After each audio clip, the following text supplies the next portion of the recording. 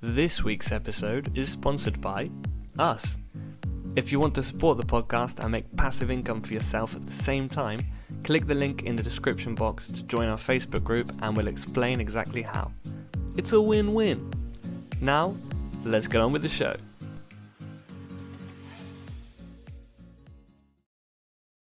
It was just mad. So conformity, people have been conforming on a mass scale, just all getting together, clapping, not really questioning anything, just doing it. And then recently, if you remember, was the Black Square, the Black Square, Blackout Tuesday. That was an Instagram thing. I didn't really see that much on Facebook. That was mostly Instagram that people were doing that. And mostly, to what I saw very few normal people do it. Really, I saw loads. To me, it was mostly influencers that are doing it. Do you know that influencers, the wannabe shit celebrities? Yeah. The ones who have literally gone so far into their own ego and they're so uncomfortable with their own selves, they've literally created another persona which people have to love, otherwise it destroys them. Yeah, that's mad. It is. We did a podcast on that. That's an illness. It's like how we've gone from being in love with yourself, like your body, your ego. Yeah. So much so that they've created another one. You know, like another persona. If you do want to go follow Laid Back Languages, by the way, go back. Nearly up to 400 followers now. Thanks, guys. No, but that's different because it's for a business kind of thing. I can understand. I saw a lot of it, Pat. I saw a lot of it from normal people, like basically every girl I knew from school. And in life in general, from church and school, like these are good people. These are not a single one had like, in my opinion, had like a bad intention behind this, but they all did it. And a lot of lads I knew, less lads, all girls, did this, posting the square. And there's a crazy part of me that's sitting there going, man, imagine the bants if I just posted a white square. Just the fucking, do you know, like, but then I was like, obviously this ain't the thing to do. Like, that's clearly. But mate, this is what they've done. Clearly, they've done this in one foul swoop, because that is humour. That's funny. Yeah. That is funny. Do you know? But they've done it and they've taken away Little Britain as well. Oh. And I've been watching some on YouTube now, because they've taken it off of. I've not looked on Netflix. Taken off all the streaming fact sites. check me. Have they taken it off Netflix as well? I don't know if it was on Netflix. I don't know whether they've taken it off streaming sites. They've taken some Fawlty Towers off as well. It's definitely off the BBC, isn't it? To me, Little Britain, I was never dead into catchphrase comedy. That's just my taste. But I don't understand how you can get too offended over two gay blokes that were taking the mick out of themselves. Gay? Well. No, well, he's not. He's very camp, isn't he? He is very camp, and I don't know if I like him. No? Don't know if I get good vibes off him or not. Go into that. No, legal reasons. I just thought I shouldn't, but we'll do a separate podcast on people from the BBC. Oh, shout out defund the BBC. Hashtag defund the BBC. If you want to get behind any campaign this week. Shout out Jimmy Savile. Yeah. No, David Walliams is probably sound. Yeah, he's not gay. Okay, so he's not gay, but Matt Lucas or whatever, they're taking the mickey out of themselves half the time. Mate, they're taking the mickey out of everyone. Everyone. It's all a bit mad. I'm surprised the gays were alright with it. Oh no, probably because Matt Lucas was gay. If he weren't gay, then they would have said this comedy is not acceptable. I don't think they would have said nothing back then. No, not back then, but I'm saying like in recent years. Oh, okay. Do you know? Yeah. Because I've been watching some of it, like Daffy Thomas, the only gay in the village. So funny.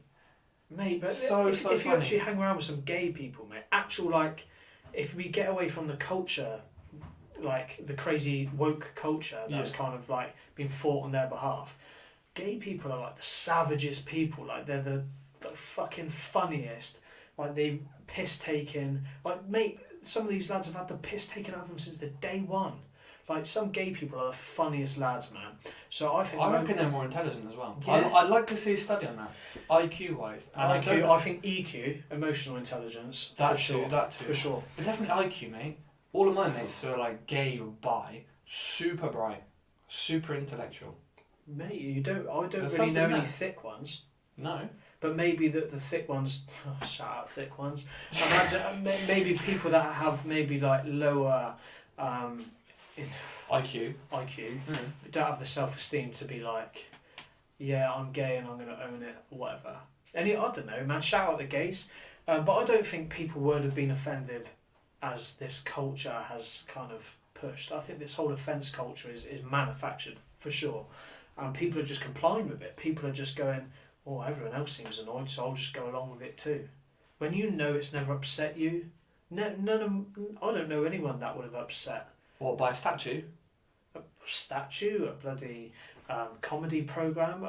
Comedy maybe, mate, because there was always that one Karen in the audience who gets upset, who takes the jokes personally, who maybe shouldn't be, and this is normally like in live comedy, do you know? Because a comedian will obviously pick her out if she's saying this is unacceptable. Well, and obviously that's a bit different. What I kind of thought was funny, Frankie Boyle did a bit on it, talked about it. He was taking the mick out of Down syndrome kids. And this woman, this is like Jesus. Half an hour into a savage set. Yeah. And this woman goes, hang on a minute, my son's Down syndrome. Yeah. And he goes, well, I've just taken the piss out of Muslims, gays, blacks, but you was alright laughing at them. Yeah. And now I've brought in Down syndrome. Now it affects you. Yeah. Now you're like griefing me about it. Get the fuck out of here, you're a hypocrite.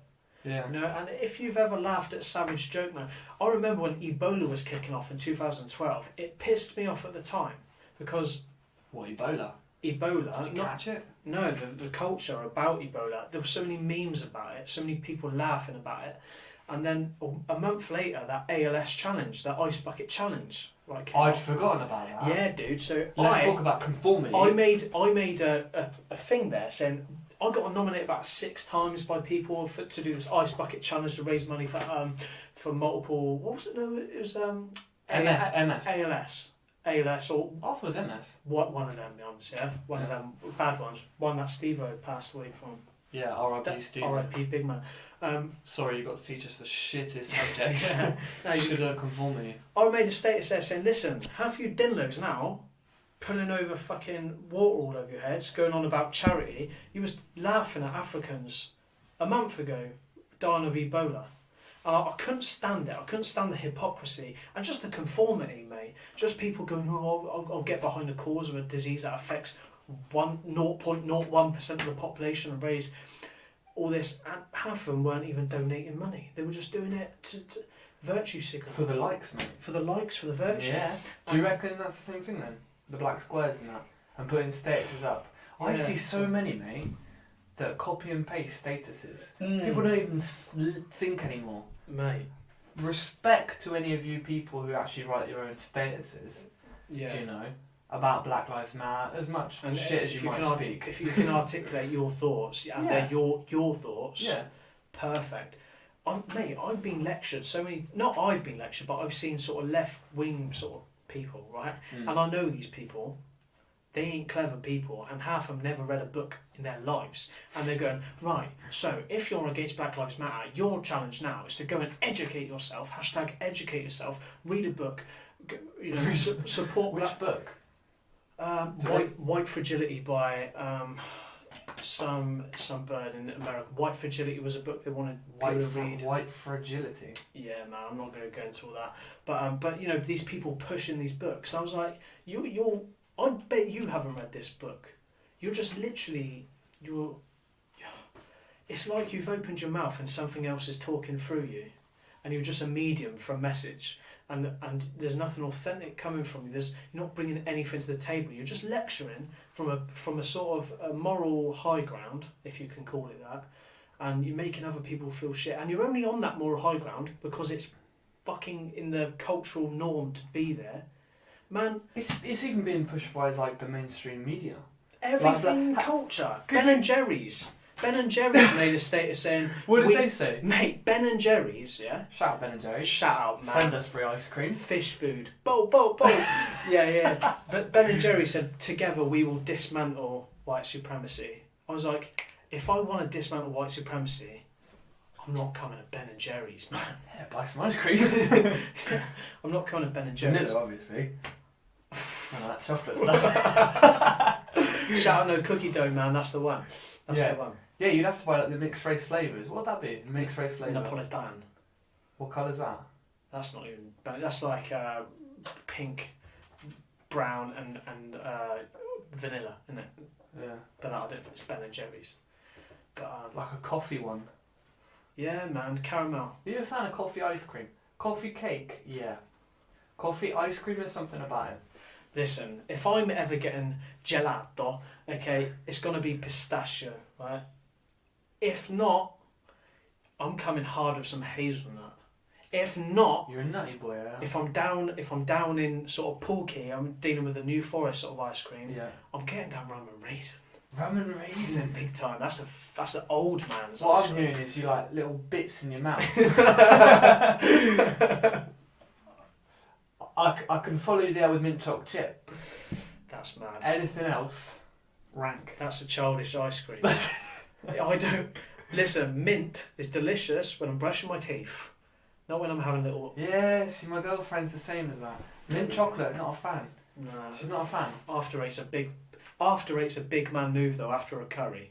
When they bring them after eights out with the bill, you know this is a fine establishment. You're not gonna say no. If they bring some mint imperials out, get the fuck out of here. You know? But No tip. Don't even pay. just spit on the plate. Go, this is why I voted Brexit. No. Get the mint imperial, put it in your mouth, suck it, look the waiter in the eye, suck in the mint imperial, then say, "Can I just have your hand a second?" Get them put their hand out, spit it in their hand, Yeah. and say no. Just say no. Absolutely not. Mint Imperials. Shout out Mint Imperials. If you've got any merch, send it over. Yeah, we'll have them. Yeah. Quite like them actually. It's Yeah. the chewy ones I don't like. Mentos. Let's not do this because this is an episode on conformity. We're just going No. brands at the moment. This is the white sweets we're talking about as well. Shit, man. Talk about some licorice. Minstrels are decent. Minstrels are. Anyway, Not that man. we're calling them minstrels. We are called minstrels, but not. Anyway, let's continue. Yeah, let's continue. So people are kind of bowing down to these causes that are bigger than them that I don't feel they're really thinking about. And people need to be aware, man. So the black square thing. Yeah. So I'm kind of crazy sometimes, and I can get too carried away with conspiracy theories. That's been a little. I've got a penchant for conspiracy theories. I always have. People who know me, right? But the black square thing, people have been going on about the black cube of Saturn, yeah, and basically Saturn, dude, Saturn. You need to look into Saturn, mate. Saturn, aka Satan, aka Hell, aka the ring around hell. Lord of the souls. Rings. Oh no. Lord of the Rings. Don't link Lord of the Rings. That's part of it. I bet it is. We wear rings. All the angels and stuff we see have halos around their heads, all like rings of Saturn, yeah? So Saturn has been like, some people say, it's been part of our sort of mythology for forever. And people still worship this planet in a lot of sort of subliminal ways. Mate, have you ever heard Saturn? Of course you haven't heard Saturn. No. Have you seen a video on YouTube where they've got sounds from Saturn? Yeah. It sounds like it's demons screaming. It's fucking scary, man. Mate, don't scare me. I don't want scary stuff. Talk about the birds. Talk about the robins driving your fucking girls. No, it's real scary, man. Yeah. But so the black cube is in a lot. Do you reckon it's through that then? Do I reckon? I don't know. Are you pulling up on your phone? Are you? We need it. We need. Keep talking, mate. We need a Jamie from that Joe Rogan podcast. Let's get shout out Dean Heckford. Let's stop name dropping for a start. Why would shout out Dean Heckford? He can be our Jamie. Oh, he could be, couldn't he? He lives next door. Yeah. Shout out Dean. Respect. Dean, mate. The eerie sounds of Saturn. Listen, because you live in an absolute. Don't play it, mate. It'll sound rough on the mic. You playing It it? sounds rough anyway. Go on then. It don't work because you don't have internet in this house. No. Well done. But there we go. So if you want to be scared for a little bit, Google the sounds of Saturn. Well, YouTube that one. But people have linked this black square to Saturn worship, and they've talked about a lot of black cube mythology, man. Black cube, so that in Mecca there's a black cube where everyone bows down to. Didn't know, but You've not seen that? They walk around it, they circle around it. I don't read, man. I don't know. Oh mate, you didn't do RE. I did RE in school, No. and they worship a black I do cube. PE, mate. Play football every other week. The girls love that. Yeah, they do. Getting goal, Livy. Yeah. Gloves on. Shout out Livy. man, she's a good girl. Yeah, so the black cube. What else on the black cubes, man? So there was an Israeli agency called Black Cube, right? They were called Black Cube, and they worked for all the scum. They worked for Epstein, Weinstein. They did false flags. They did surveillance. They worked for the sort of the elites, man. A firm called Black Cube, which was an Israeli private investigating firm, private security firm, and they were into all sorts of shady shit, man. But Black Cube's the significance now. A lot of people have drawn comparisons with the black square that everyone's posting and the Black Cube of Saturn. And I think, sometimes there is symbology, and you should be aware of symbology before you start throwing yourself behind a cause. Mate, who the fuck's going to know about that, though? The same people that are just picking my nose, mate. That's alright, it's not on video. R.I.P.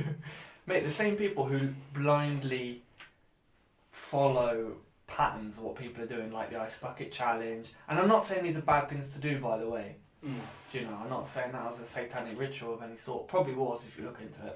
Yeah, if you dig deep enough. No, but do you think these people really are going to look into that? And no. No, of course not. I'm a conspiracy nut, and I didn't even know about black squares in Saturn, mate. Well, mate, it's So interesting. how are they going to know? Cut them some slack. No, and listen, I will cut them some slack, but if you don't know what you're doing, don't do it. But no, they don't know. People, we know nothing. We know nothing, mate. Facebook's probably really bad as well. Yeah. Creating another ego. Yeah, well, I've deleted it all, me, because it was stressing me out, me, like. Yeah. But, I'm still on that. Facebook, Instagram, but you're doing your languages and you're doing your business out of it. I'm just on there because I'm addicted to scrolling things, and I'm like, what? Mate, that scrolling is so addictive. Have you ever? Strange, mate. I don't get anything from it.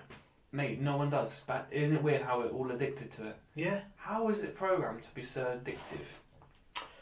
Oh, Because sometimes I'll scroll, mate, and I'm like, oh, I'm on Twitter. Oh, I don't even have any signal. It's not even loading anything new. You just sort of scrolling old shit you've already seen. Wait, it's mentally ill when you swear. Maybe it is. What am I doing? Maybe the world's gone mad. Maybe the world's gone mad. Have you heard of double bind theory? No. I sent you a video the other day. Disappointed you didn't. No, did you really? No, double bind theory. So this is oh man, I forgot his name. His name's just escaped me. I do apologise. But he's a psychologist. He came up with a theory of where you can cause someone to be schizophrenic, right? And it's environmental factors that make you schizophrenic. Right. Okay, and this is how it works. You've got a child who's otherwise healthy. Yeah. And you put the child in an insane situation where you get a mother who's not only is she representing love and care and food and warmth and everything that a mother represents, she's also coming in with strong mixed messages, right? So the mother, 1 minute, she's feeding the baby, and then she will smack the baby, just out of pure malevolence, or the baby or the child comes and has done a good thing, like, I've drawn a picture for you, mum, and the mum takes it and then screams at the kid. And these constant mixed messages, the kid that never knows what he's doing and what he's doing that's wrong, because we operate as human beings, like Pavlov showed, we operate like on a action and then a reaction, and the reaction has to kind of reflect what we did. So it's like I come to my mum with a drawing and say, "Mum, look, I've drawn you," and my mum smiles, goes, "Brilliant, well done, thank you for that. I'm going to put that in the fridge," right? That's a sort of healthy interaction. And I think I've done a good thing. She thought it was nice. I feel good for doing it. I made her feel good, and that's kind of how you create normal socialisation. Sure. But I go to my mum with that drawing, and she goes, "Why the fuck are you coming with me?" And then she throws it back at you, and then you think, well, I've done a good thing. I've got a very negative reaction, but I know what I've done is a good thing because I got told in school that was a good thing to do. So I don't know what the fuck's going on because I'm getting mixed messages all the time. It's like saying to a kid, like a kid's not going to understand, a toddler, like, "I fucking love you," and staring it out and in an angry way, but I fucking love you. The kid's going to go, "But you look angry with me." Yeah. And the energy as well. Yeah, the energy. So it'll be complete mixed messages. Mixed messages. So the kid, and they found this, And when kids are removed from a situation, you can heal them. They're schizophrenic, and you can heal them. But imagine we're in a world where on a mass scale we're getting double binded. We're getting mixed messages from everywhere. We're getting the media saying one thing, we're getting the culture saying the other thing, we're getting politicians saying one thing and then punishing you for believing what the politicians are saying. You know, you're getting called a racist all the time, and what was racist 10 years ago is now absolutely fine today, and what was fine 10 years ago is racist today. And imagine they're doing this mad, crazy fucking mixed messages all the time to us. It's going to send the world mad. No one knows where we stand anymore. That's why they're constantly changing the terminology for things. You know, we used to be able to call people queer, and now it's really rude. And then 10 years later, no, it's okay. they've reclaimed it. But you can't. But we couldn't call them queer. There we go. We couldn't call them queer, but yeah, a queer person could call a queer person queer. Yeah. So it's themselves it's queer. A poor example, really. I'm trying to think of, like, for instance. No, it makes sense. For instance, saying something like "all lives matter" and saying it sincerely. All lives matter. Black people, white people, it's fucking, we're all the same and we all value each other properly. And then you get told you're a racist for thinking that, you're going to go, I don't know what I believe in that. So maybe on a mass scale, we're getting double binded, mate, by the powers that be, the media, the government, the influencers, the lot of them, mate. And maybe that makes the world sick because we've got no clear guidance. We don't know where we stand no more. But that's double bind theory. So, you know, in a sort of a nutshell, it's deeper than that. It's very interesting. You should check double bind theory. So you reckon the forms of conformity that we're seeing, or compliance conformity, is kind of doing that essentially then? I think the conformity is a reaction to it, mate. So, like, in something we learned in psychology, if you can hark back, is people get mega conforming during, like, emergency situations. So, like, a fire breaks out and then someone goes, look, this way, right? And he's running into the fire. Some people will go, follow him, he knows what he's doing, and then running back into the building. Yeah. You know, and when we're sort of in constant turmoil, we're just going to follow shit because that's what other people are doing. People are in stress now. All the time. We're not, because we're chilling like villains. Chilling big time. We didn't even clap for the NHS. Heard about the coronavirus coming from China. Quick Google search. Nah, it's a hoax. I'm just going to chill going that anyway. I'm off work now for 8 weeks. Cheers, lads. Christy. Beach is nice, friend. Let's go. But most people, are in a state of complete fear. Complete fear.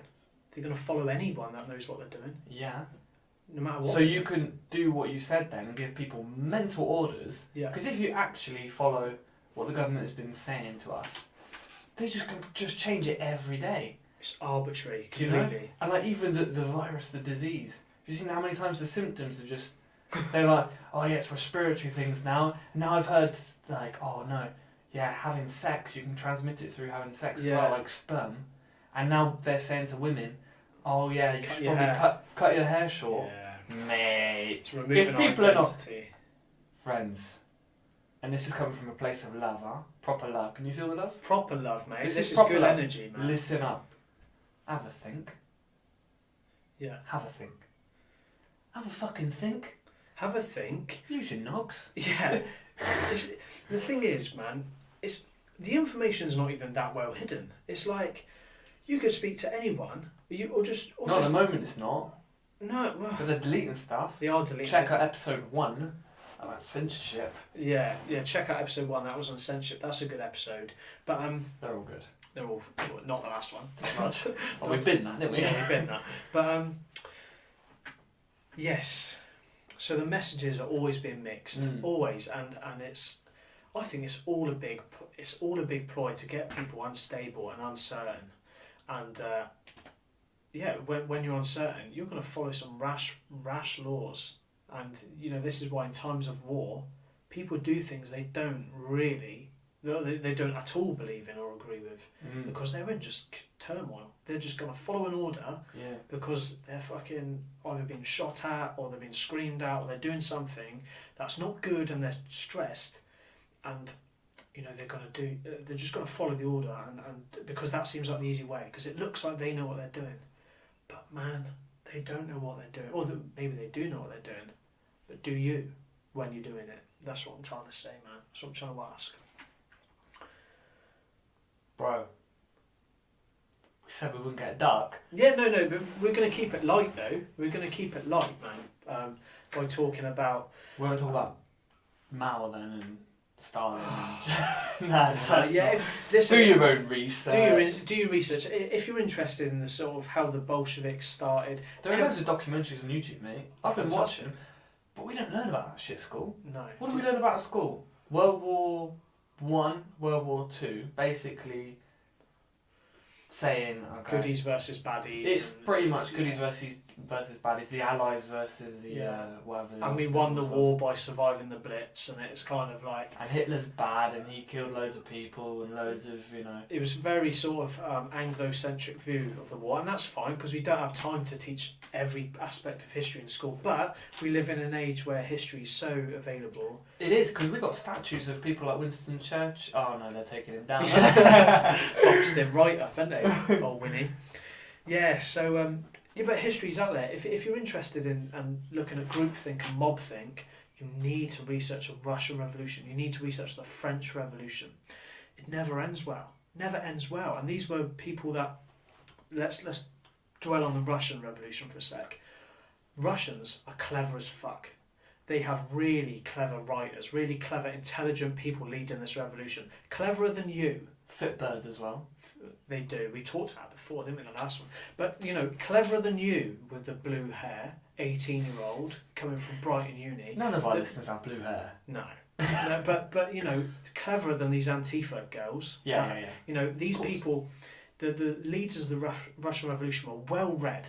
They understood Marxist philosophy completely, and they still fucked it up. So when you think you can implement like a utopian society, look at some of the most intelligent people in the world that have tried, and then think, maybe I don't know what I'm doing here because I'm only a human being and I can't enforce these rules on all other human beings. It's not fair. It's not natural. Let's not go into communism. No, let's not. Yeah, but no, if you're interested in conformity, yeah, mob mentality and conformity, check out Russia, man. Check it out. I know what they need to do. Yeah. Check out Russia, check out China, Mao's China. North Korea. China nowadays, if you want, if you want to be really scared. Yeah. But what I would do is look at the experiments. The ones we studied actually in psychology. Do you know? Even the ones like Zimbardo's prison experiment. Yeah. Watch that, because it's controlled science. I don't know if they do it. They don't need to. You just need to fucking look out your window for the experiments now. No need. Go Tesco. Yeah, Zimbardo would be on furlough, wouldn't he? Yeah. The Zimbardo prison experiment. Stanford's prison experiment. If you look at that, Stanford prison experiment, yes. 1964. I think. Was it? No, I don't know. Is it 70s? It was 70s. It was. I thought it was the 60s. I think it was 70s, but we could. It was the 70s. It doesn't matter, Pat, does it? Because people are the same. Google it. People are the same. Should we talk about? Oh no, I was thinking of Stanley Milgram. Who's? Do you not remember that one? Mate, this was great. So basically, was he the one with electric buzzing? Yes. Oh, authority experiment. That was the authority one. Basically, I'll give you a quick overview of this one. So you've got the learner. Oh, they can't see my inverted commas. The learner, right? Who goes, meets the teacher, who's going to be, they're doing like how would you call that person who doesn't know? The mark, the subject. The subject, the participant. Yeah. Participant is the teacher, and then there's an actor, who's the learner. Yeah. Right?